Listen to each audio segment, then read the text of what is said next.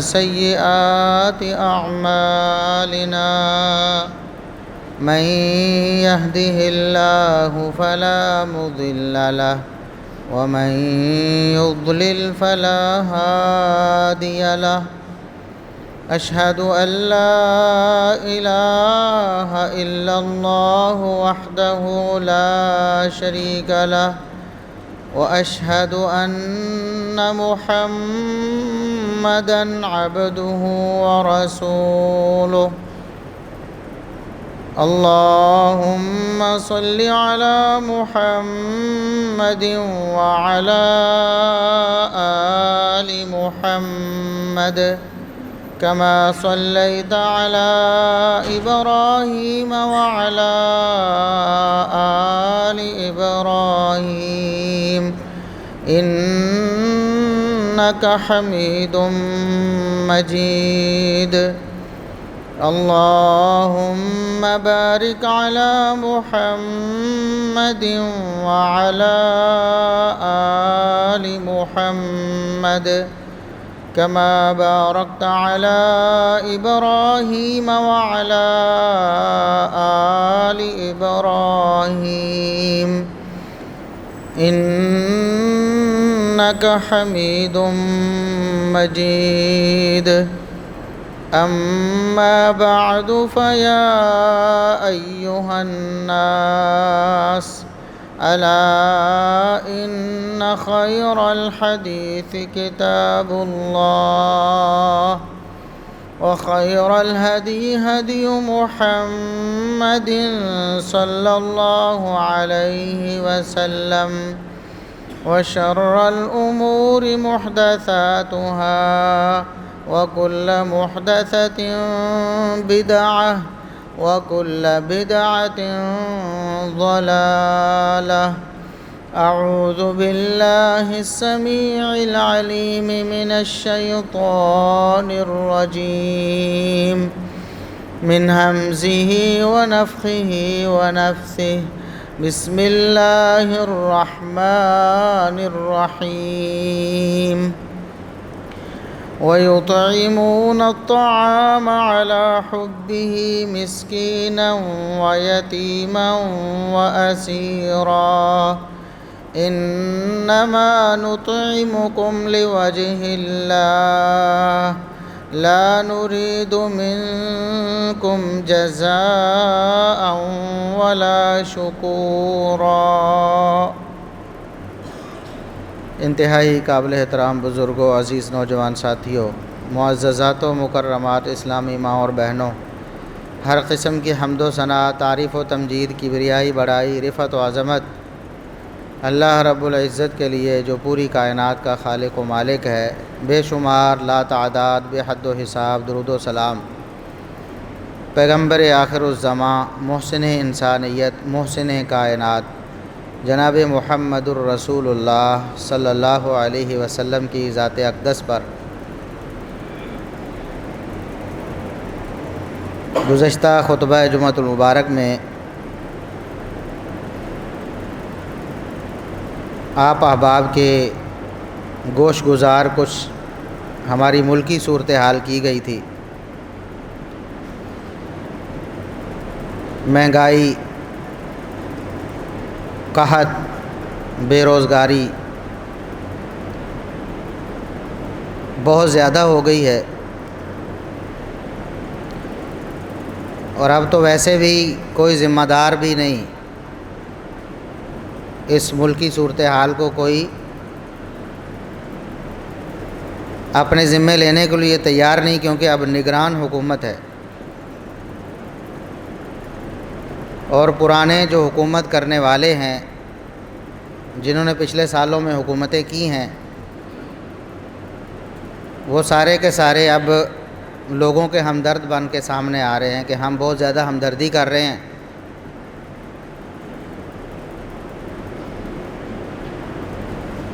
اور حالت یہ ہو گئی ہے کہ لوگ بیچارے بلوں کی، بجلی کے بل ہیں ان کی بہت زیادہ مہنگائی کی وجہ سے، اور پھر پیٹرول کی بڑھتی ہوئی قیمتوں کی وجہ سے، اور ان سب اسباب کی وجہ سے جو بے روزگاری پیدا ہو رہی ہے، کاروبار ٹھپ ہو رہے ہیں، بہت سے لوگ متاثر ہو رہے ہیں، صرف نچلا طبقہ ہی نہیں بلکہ متوسط طبقہ، بہت سے کاروباری لوگ بھی اس سے بہت زیادہ متاثر ہو رہے ہیں۔ اس ساری صورتحال میں جہاں ہم نے محمد الرسول اللہ صلی اللہ علیہ وسلم کے اسوہ اور آپ کی سیرت پر عمل کرتے ہوئے استقامت دکھانی ہے، ان حالات کا ڈٹ کر مقابلہ کرنا ہے، ایسے اسباب اور طریقے اختیار کرنے ہیں کہ اس مصیبت سے ہم نکل جائیں۔ تو وہاں ایک بہت بڑا جو سیرت کا سبق ہے، محمد الرسول اللہ صلی اللہ علیہ وسلم کا جو اسوہ اور نمونہ ہے، کہ مصیبت اور تنگی کے حالات میں جو پسا ہوا طبقہ ہے، جو غریب لوگ ہیں، جو بیچارے فاقوں پہ آ گئے ہیں، یا جن کے اخراجات جو بنیادی اخراجات ہیں زندہ رہنے کے لیے وہ بھی پورا ہونے مشکل ہو گئے ہیں، تو ان لوگوں کا تعاون کیا جائے۔ یقیناً اب بھی اس مہنگائی کے دور میں بھی بہت سے ایسے لوگ ہیں جنہیں اللہ رب العزت نے وافر مال عطا کیا ہے جو ان کی ضروریات سے زیادہ ہے، تو انہیں چاہیے کہ اس مصیبت کی گھڑی میں اپنے دوسرے مسلمان بھائیوں کو یاد رکھیں جو ان سے بھی نیچے ہیں اور مصیبت میں ان سے زیادہ گھرے ہوئے ہیں، جو بے روزگار ہو گئے ہیں، جن سے ان کا روزگار مہنگائی کی وجہ سے چھن گیا ہے، ان حالات کی وجہ سے چھن گیا ہے، یا جو لوگ بیچارے چھوٹی موٹی مزدوری کرنے والے، اپنے بچوں کا پیٹ پالنے کے لیے روزانہ کی بنیاد پہ اجرت پہ کام کرنے والے، یا ماہانہ بنیادوں پہ تھوڑی تھوڑی تنخواہ پہ کام کرنے والے، تو مہنگائی کی وجہ سے ان کے بنیادی جو اخراجات ہیں زندہ رہنے کے لیے، جو ان کے لیے ضروری چیزیں ہیں، وہ پورا کرنا بھی مشکل ہو گیا ہے۔ تو ان حالات میں ایسے لوگوں کو ڈھونڈ کر ان کا تعاون کیا جائے، اور مقصد صرف اور صرف اللہ رب العزت کو راضی کرنا ہو، کوئی نمود و نمائش،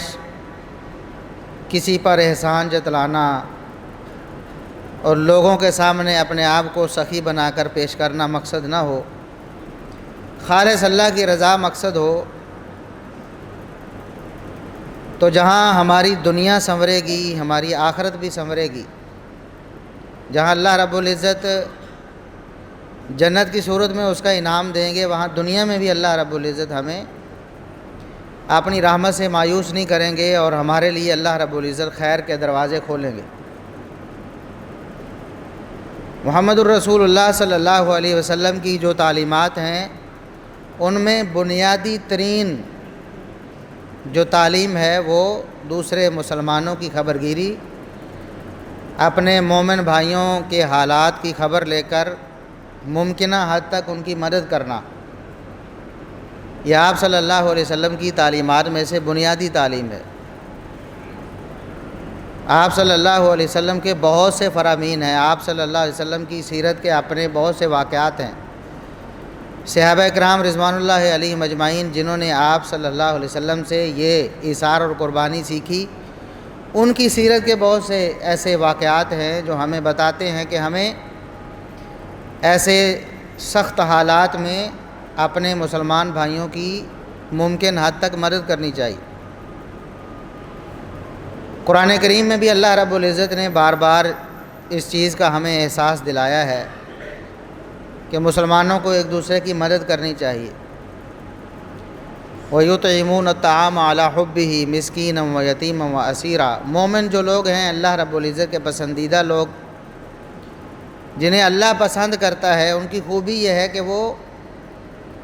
دوسروں کو جو بھوکے ہیں ان کو کھانا کھلاتے ہیں،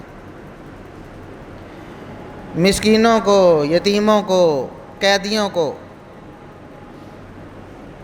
انہیں وہ کھانا کھلاتے ہیں، ان کی ضروریات کو پورا کرتے ہیں۔ اور نیت کیا ہوتی ہے؟ انما نطعمکم لوجہ اللہ، صرف اور صرف نیت اللہ رب العزت کی رضا ہوتی ہے۔ کوئی نمود و نمائش مقصد نہیں ہوتا، بس یہی مقصد ہوتا ہے کہ ہمارا اللہ ہم سے راضی ہو جائے۔ لا نرید منکم جزاء ولا شکورا، ان کی نیت میں یہ ہوتا ہے کہ ہم جن کو دے رہے ہیں، جن کا تعاون کر رہے ہیں، ان سے کسی قسم کا کوئی بدلہ ہمیں نہیں چاہیے، نہ ان سے کوئی نعرے چاہیے، نہ واہ واہ چاہیے، نہ احسان مندی کے جذبات جو ہیں وہ چاہیے،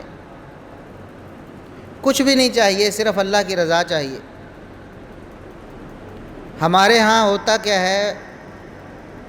بہت سے لوگ غریبوں کے ساتھ تعاون بھی کرتے ہیں، لیکن اس میں نمود و نمائش آ جاتی ہے، اور جہاں اخروی تباہی بربادی مقدر بنتی ہے، وہاں دنیاوی اعتبار سے بھی اس کا فائدہ نہیں ہوتا۔ اب ایک شخص غریبوں کی مدد کرنا چاہتا ہے، وہ چاہتا ہے کہ میں کسی ایسے پلیٹ فارم پہ پہنچوں جہاں بلے بلے ہو، بڑے بڑے کیمرے لگے ہوں، بڑی بڑی سکرینوں پہ میں نمودار ہوں، اور دور دور تک شہرہ ہو میری سخاوت کا۔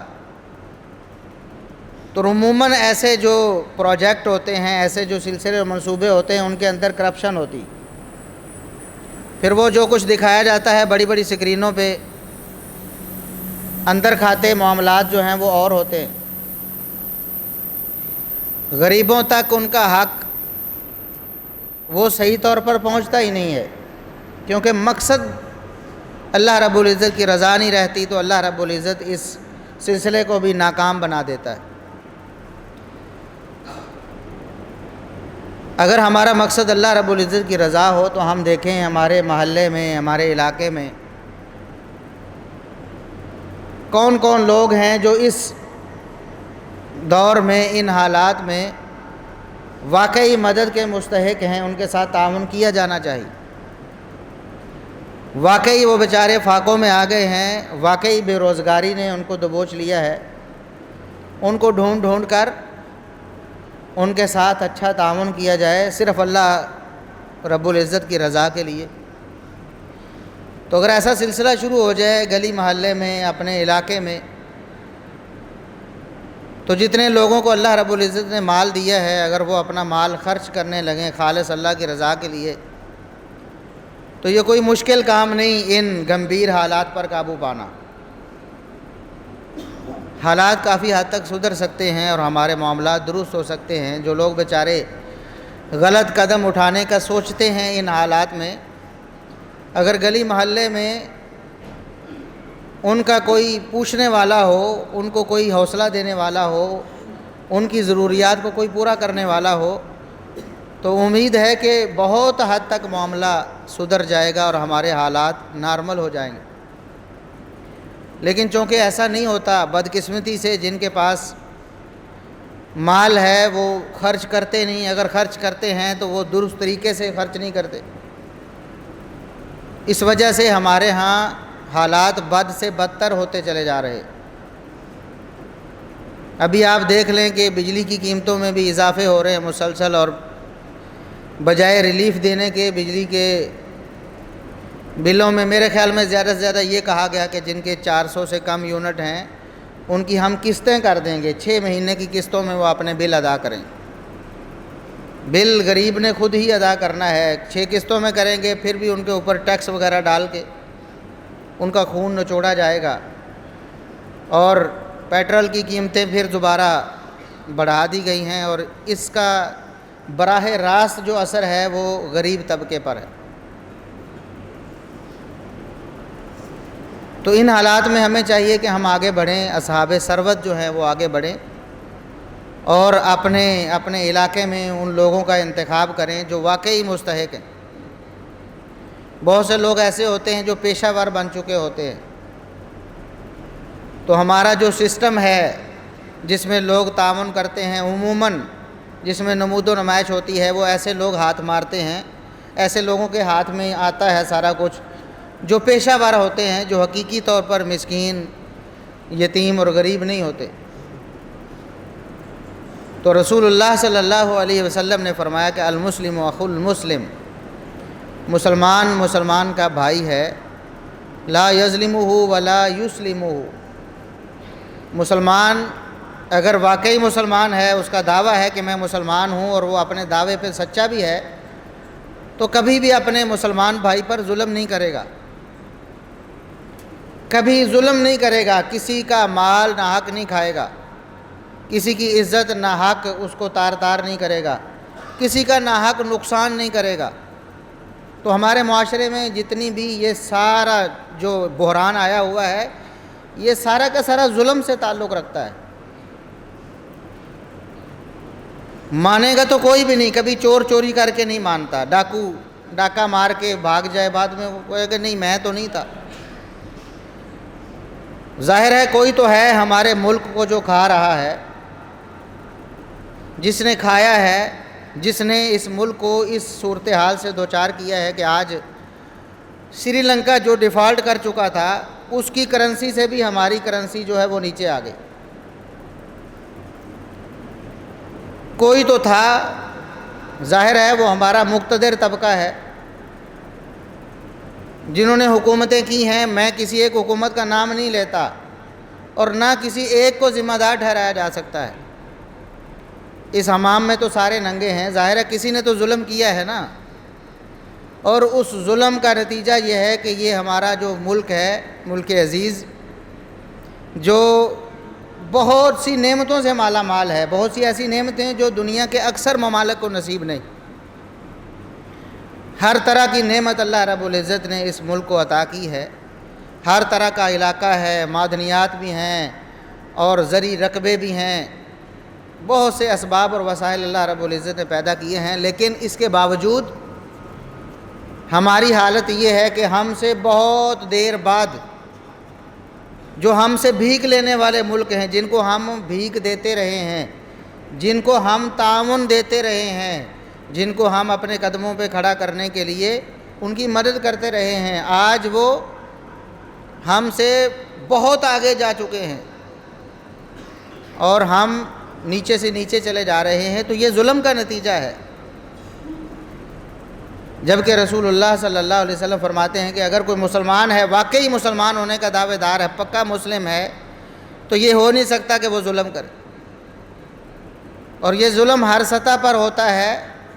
ہم تو صرف حکمرانوں کو کوستے ہیں جن کو ہم حکمران سمجھتے ہیں،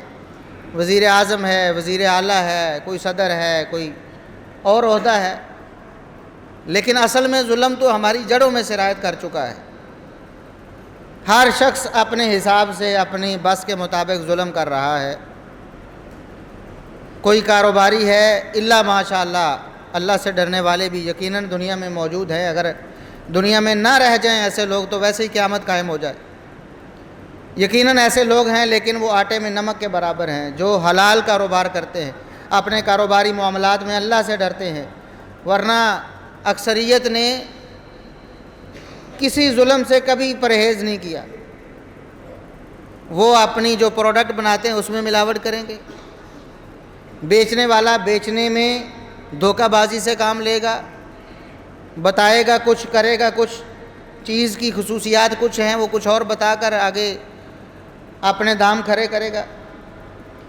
حتیٰ کہ پھل بیچنے والا وہ گلا سڑا پھل ڈال کر دھوکے سے لوگوں کو دے گا۔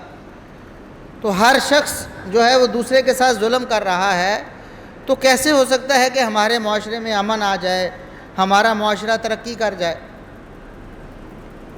ایسے ممالک جو سرے سے اللہ کو مانتے ہی نہیں ہیں، سرکاری طور پر ان کا مذہب ہی نہیں ہے، بالکل بے مذہب ہیں وہ لوگ، ان کے حکمران بھی اللہ رب العزت پر یقین ہی نہیں کرتے ہیں، ایسے ملک بھی دنیا میں موجود ہیں، لیکن آج وہ بھی ترقی کر رہے ہیں۔ وہاں کا اگر آپ سسٹم دیکھیں، وہاں کا نظام دیکھیں، تو آپ کو نظر آئے گا کہ یہ لوگ ایمانداری سے کام لیتے ہیں، بہت حد تک ایمانداری سے کام لیا جاتا ہے، 90% تک لوگ ایماندار ہیں، وہاں آپ کو ایمانداری نظر آئے گی۔ انہوں نے یہ سمجھ لیا ہے کہ ایمانداری، لوگوں سے دھوکہ فراڈ نہ کرنا، انصاف کرنا، کسی کا مال ناحق نہ کھانا، اسی میں کامیابی ہے۔ وہ اللہ کو نہ مان کر بھی آج دنیاوی طور پر کامیاب ہے، اور ہم اللہ رب العزت پر ایمان رکھ کے بھی، محمد الرسول اللہ صلی اللہ علیہ وسلم کا کلمہ پڑھ کے بھی، بلکہ ہم عشق کے نعرے مار کے بھی آج ناکام ہیں، رسوا ہو رہے ہیں۔ اس کی وجہ کیا ہے؟ کہ ہم نے ظلم کو نہیں چھوڑا ہے۔ تو رسول اللہ صلی اللہ علیہ وسلم نے فرمایا مسلمان تو وہ ہے جو اپنے مسلمان کو اپنا بھائی سمجھتا ہے اور کسی صورت میں اس پر ظلم نہیں کرتا۔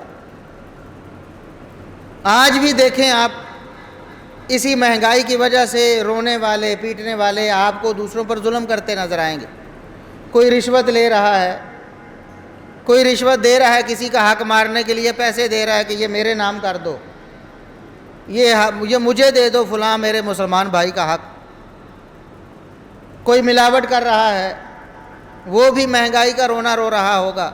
لیکن خود اس سسٹم میں، اس خرابی میں باقاعدہ حصہ دار بنا ہوا ہے، ملاوٹ کر کے لوگوں کی صحت سے کھیل رہا ہے، لوگوں کی جانوں سے کھیل رہا ہے، لوگوں کے مال ہڑپ کر رہا ہے۔ تو سب سے پہلے تو ظلم کا جو نظام ہے ہمیں ختم کرنا چاہیے۔ یقین کریں یہ ظلم نیچے سے اوپر کو جاتا ہے،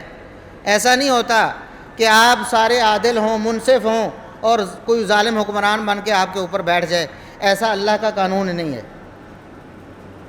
اللہ کا قانون ہی ایسا نہیں ہے۔ کبھی ایسا نہیں ہو سکتا کہ عوام ساری کی ساری منصف مزاج ہو جائے، بے ایمانی کو چھوڑی بیٹھی ہو، لیکن حکمران جو ہے وہ بے ایمان آ جائے اور وہ سارے ملک کو لوٹ کر کھا جائے اور سارا نظام تہس نہس ہو جائے۔ ایسا ممکن ہی نہیں، یہ اللہ کا قانون نہیں ہے۔ آج تک ایسا نہیں ہوا اور قیامت تک ایسا نہیں ہونا۔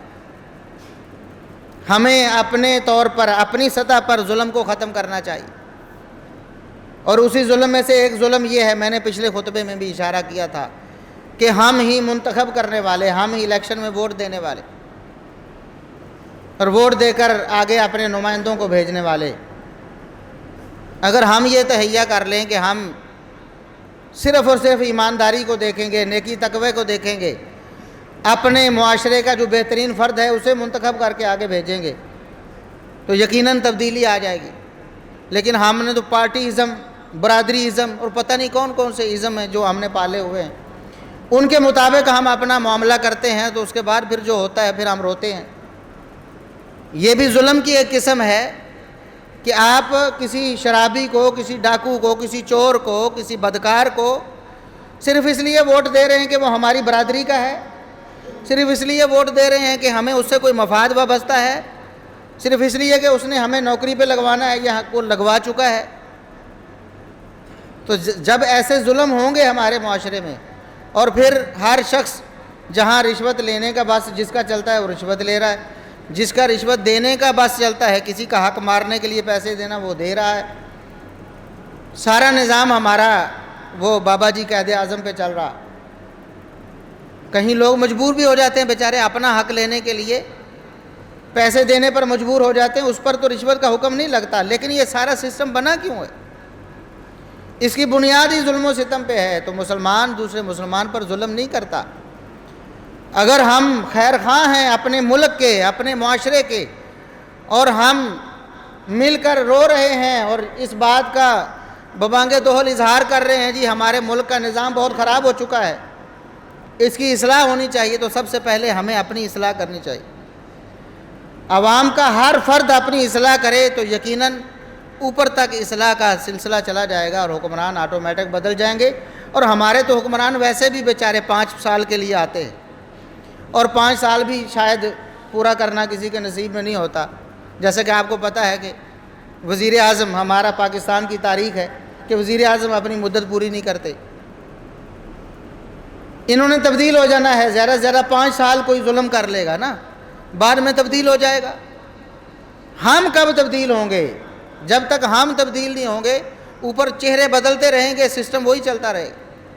جو بھی آئے گا وہ اپنے حصے کی کرپشن کرے گا، لوٹ مار کرے گا، اپنے مفادات سمیٹے گا، اپنوں کو نوازے گا اور چلتا بنے گا۔ سب سے پہلے ہمیں ظلم کو ختم کرنا ہے۔ اس معاشرے میں ہر فرد یہ تہیہ کر لے کہ میں نے اپنی حد تک کوئی ظلم نہیں کرنا، کسی کا مال ناحق نہیں کھانا، کوئی ملاوٹ نہیں کرنی، کسی کے ساتھ دھوکہ اور فراڈ نہیں کرنا، ہر مسلمان کے ساتھ میں نے خیر خواہی والا معاملہ کرنا ہے۔ یقیناً خیر و برکت کے دروازے آج بھی اللہ رب العزت کھول دے گا۔ اور دوسری بات، رسول اللہ صلی اللہ علیہ وسلم نے فرمایا کہ مسلمان جو ہے ولا یخذلہ، وہ اپنے مسلمان بھائی کو کبھی مصیبت میں بے یار و مددگار نہیں چھوڑتا۔ خود ظلم کرنا نہیں اس نے، اگر کسی کی طرف سے اس پر ظلم کیا گیا ہے اور وہ پس گیا ہے بیچارہ، مظلوم ہو گیا ہے، بیچارہ ہے وہ، اس کو مدد کی ضرورت ہے، تو یہ کبھی اس کو بے یار و مددگار نہیں چھوڑے گا۔ یہ دوسرا درجہ ہے کہ اگر آپ ظالم نہیں ہیں، آپ نے اس ظلم میں حصہ نہیں ڈالا، آپ کو یقین ہے، آپ اللہ کے ہاں سرخرو ہیں اس حوالے سے کہ آپ نے اس ظلم کے سسٹم میں کوئی حصہ نہیں ڈالا، تو پھر آپ کو چاہیے کہ جو اس ظلم سے متاثر لوگ ہیں ان کی آپ مدد کریں، ان کو اس مصیبت کی گھڑی میں بے یار و مددگار نہ چھوڑیں، ان کی خبر گیری کریں، مسجد میں آئیں، اپنے مسجد کے جو نمازی لوگ ہیں ان کے حالات کا جائزہ لیں، اس کے پڑوسی سے پوچھ رہے ہیں، اس کے رشتہ داروں سے پوچھ رہے ہیں اس کا کام کیسا چل رہا ہے، آج کل اس کے حالات کیسے ہیں۔ بہت سے لوگ ہیں جو اپنی سفید پوشی کا بھرم رکھتے رکھتے بیچارے پس جاتے ہیں، کسی کے سامنے وہ دستے سوال دراز نہیں کرتے، اور قرآن نے یہی ایک نشانی بتائی ہے، لا یسألون الناس الحافا، کہ جو لوگ حقیقی طور پر محتاج ہوتے ہیں، اللہ سے ڈرنے والے، وہ کسی سے چمٹ کر سوال نہیں کرتے، اس کے پیچھے نہیں پڑ جاتے مجھے دو، کیونکہ عزت نفس آڑے آتی ہے۔ ایسے لوگوں کو تلاش کرنا ہمارا کام ہے، یہ ہماری ذمہ داری ہے کہ مسلمان بھائیوں کے حالات کی خبر گیری کریں، اور اگر ان کو مدد کی ضرورت ہے تو ان کی مدد کریں۔ اور جو لوگ پیشہ ور ہیں وہ آپ سے مانگتے ہیں اور آپ ان کو دیتے بھی چلے جاتے ہیں، وہ 1-1 روپیہ کر کے 10-10 روپیہ کر کے بھی روزانہ کے ہزاروں جیب میں ڈال کے گھر چلے جاتے ہیں، اور وہ پیشہ ور ہیں اور وہ سال ہر سال سے مانگ رہے ہیں، اور ہم دینے کے لیے بھی ہمارے بہت سے لوگ ایسے ہیں جنہوں نے اپنی دکانوں پہ حساب رکھا ہوا، جی میں اپنی زکوٰۃ جو ہے وہ دے رہا ہوں ساتھ ساتھ، بھی زکوٰۃ آپ نے پیشہ وروں کو دینی ہے 10-10 روپے کر کے، 100-100 50-50 روپے کر کے، اس طرح ایسے ظالموں کو لٹانی ہے جو بعد میں آپ کی دولت کے ساتھ بے دریغ ظلم کرتے ہیں، کیونکہ انہوں نے تو اپنے خون پسینے کی کمائی تو کمائی نہیں ہے، ان کو تو مفت کا مال ملا ہے، وہ اڑاتے ہیں اللہ تللو میں، ان کی کوٹھیوں اور بنگلے بنے ہوئے ہیں، آپ کے سامنے آتے ہیں تو وہ مسکین بن کر، کوئی لولا لنگڑا بن کے آ رہا ہے، کوئی نابینا بن کے آ رہا ہے، کوئی جھوٹے موٹے زخم لگا کے آپ کے سامنے آ رہا ہے، اور آپ ان کو بانٹ رہے ہیں۔ یہ بھی ظلم کی ایک صورت ہے کہ آپ نے جن کا تعاون کرنا تھا، جو حقیقی مستحق تھے، ان کو تو آپ نے پوچھا ہی نہیں ہے، وہ ذمہ داری آپ کی تھی کہ آپ تلاش کریں انہیں، انہوں نے چل کر آپ کی دکانوں پہ نہیں آنا ہے، آپ کے گھروں کے دروازے نہیں کھٹکھٹانے ہیں جو حقیقی مستحق لوگ ہیں کہ ہمیں مدد کرو، وہ آپ نے تلاش کرنے ہیں۔ وہ ہماری ذمہ داری ہے معاشرتی طور پر کہ ہم اپنے معاشرے سے ایسے لوگوں کو ڈھونڈیں اور ان کے ساتھ تعاون کریں۔ اور ہم نے ہمارا اگر حساب لگایا جائے ملکی طور پر تو روزانہ یہ شاید اربوں کا کاروبار ہے، کروڑوں کا نہیں، اربوں کا۔ یہ بھیک مانگنے والے جو پیشہ ور لوگ ہیں، اربوں روپے آپ سے ہتھیا کر، اور اس کو پھر جسے کہتے ہیں نا کہ چور کی لاٹھی، اپنا چور کے کپڑے اور گاز جو ہے وہ لاٹھیوں کے بنتے ہیں پھر، کیونکہ بھی حساب کتاب نہیں، انہوں نے کون سا کمایا ہے جو ان کو دکھ ہوگا آپ کی رقم، جو آپ کی دولت ہے۔ تو یہ بھی ظلم کی صورت ہے۔ مسلمان جو مستحق ہیں ہم نے انہیں تلاش کرنا ہے، وہ نہیں مانگتے عزت نفس کی وجہ سے، ہم نے انہیں تلاش کر کے خفیہ طور پر ان کی عزت نفس کی حفاظت کرتے ہوئے ان تک تعاون کو پہنچانا ہے۔ بجلی کا بل آ گیا ہے کسی کا زیادہ اور بیچارہ وہ استطاعت نہیں رکھتا، اس کا بل ادا کر دیں، کسی کا راشن اس کا بندوبست کر دیں، خفیہ طریقے سے، کسی کو پتہ نہ چلے، آس پاس پڑوس میں بھی کسی کو پتہ نہ چلے کہ آپ نے کسی کے ساتھ تعاون کیا ہے۔ یہ ہے تعاون لوجہ اللہ، یہ ہے جس کو قرآن نے کہا انما نطعمکم لوجہ اللہ، ہم تمہاری مدد صرف اللہ کی رضا کے لیے کرتے ہیں، ہمیں نمود و نمائش نہیں چاہیے۔ یقین کریں اگر ایسا ہو جائے، ہم اپنے اہل محلہ کی خبر گیری صرف شروع کر دیں تو ہمارے حالات بہت حد تک سدھر سکتے ہیں۔ اور آج ہم اپنی آنکھوں سے مشاہدہ کر چکے ہیں، بہت سے لوگوں کے کاروبار ٹھپ ہوئے ہیں، اور کاروبار کرنے والے تو شاید متوسط طبقہ ہوں گے، وہ اور زیادہ سروائیو کر سکتے ہوں گے، کچھ مہینے کچھ سال اپنا سرمایہ اٹھا کے دوسری جگہ لگا دیں گے۔ جن سے بجلی کے بل پورے نہیں ہو رہے، اپنے مزدوروں کی تنخواہ پوری نہیں ہو رہی، وہ اپنا کاروبار تو نہیں چلائے گا، کب تک اس کو جاری رکھے گا؟ بند کرے گا۔ اور ہم نے اپنی آنکھوں سے دیکھا ہے، بڑے بڑے لوگوں نے اپنے کاروبار بیچاروں نے مجبور ہو کے بند کر دی۔ اب وہ تو سرمایہ دار تھا، اپنا سرمایہ کہیں اور لگا دے گا یا اسی سرمایہ کو کھا کر اپنا گزارا کر لے گا، لیکن جو مزدور طبقہ، جو ملازم اس کے پاس کام کر رہے تھے، ان کا کیا بنے گا؟ ایک ایک شہر میں ہزاروں لوگ بے روزگار ہو رہے ہیں۔ یہ جو مہنگائی کا طوفان آیا ہے، کون دیکھے گا؟ کون ان لوگوں کو پوچھے گا؟ کون ان کی مدد کرے گا؟ کون ان کا سہارا بنے گا؟ تو رسول اللہ صلی اللہ علیہ وسلم نے فرمایا من نفس عن مؤمن کربۃ من کرب الدنیا نفس اللہ عنہ کربۃ من کرب یوم القیامہ۔ جو شخص کسی مومن سے اس کی ایک مصیبت، دنیا کی مصیبت دور کرتا ہے، ایک مصیبت دور کرتا ہے، اس کی ایک تنگی اور ایک اس کی جو اس پر آفت آئی ہے اس کو وہ دور کرتا ہے، اس کو روک لیتا ہے، اس میں اس کا تعاون کر دیتا ہے، تو اللہ رب العزت قیامت کے دن قیامت کی مصیبتوں میں سے ایک مصیبت اس سے دور کر دے، جو اس پر آئی ہوئی ہوگی اس کے اعمال کی وجہ سے، اس کی کرتوتوں کی وجہ سے، اس کی بدعمالیوں کی وجہ سے اللہ کے ہاں جو پکڑ آئی ہوگی، اللہ رب العزت دنیا میں مومن سے تعاون کرنے کی وجہ سے، دنیا کی چھوٹی سی تکلیف دور کرنے کی وجہ سے اللہ قیامت کی وہ تکلیف اس سے دور کر دے۔ آپ اندازہ لگائیں ایک غریب آدمی، اس کا راشن کتنا کو ہوگا؟ وہ بیچارہ لاچار ہو گیا ہے، اب کچھ اس کے پاس نہیں ہے وہ خریدے۔ آپ اس کے مہینے کے راشن کا بندوبست کر دیتے ہیں، 10,000 15,000 20,000 کتنا کوئی ہوگا؟ متوسط طبقے کے لوگ، کاروباری لوگوں کے لیے کوئی اتنی بڑی بات نہیں۔ اس کے تو بجلی کا بل بھی 50,000 آتا تھا تو 60-70,000 آ جائے گا، پے کرے گا وہ اسے، وہ اس کو ادا کرے گا، حالانکہ وہ اس کی آسائش ہے اور اللہ نے اس کو حق دیا ہے، اس کے پاس مال ہے، آسائش وہ اس کو حاصل کر سکتا ہے۔ بتانے کا مقصد یہ ہے کہ وہ 50,000 کی بجائے ₹1,00,000 بھی بل آئے گا، وہ اس کو ادا کرے گا، اس کو اللہ نے دیا ہے، اس کو برداشت کرے گا، چاہے بد دلی سے برداشت کرے، وہ بھی کہے گا مہنگائی ہوئی ہے، یقیناً ہوئی ہے، لیکن اگر وہ 2-4 گھروں میں راشن لے کے دے دے،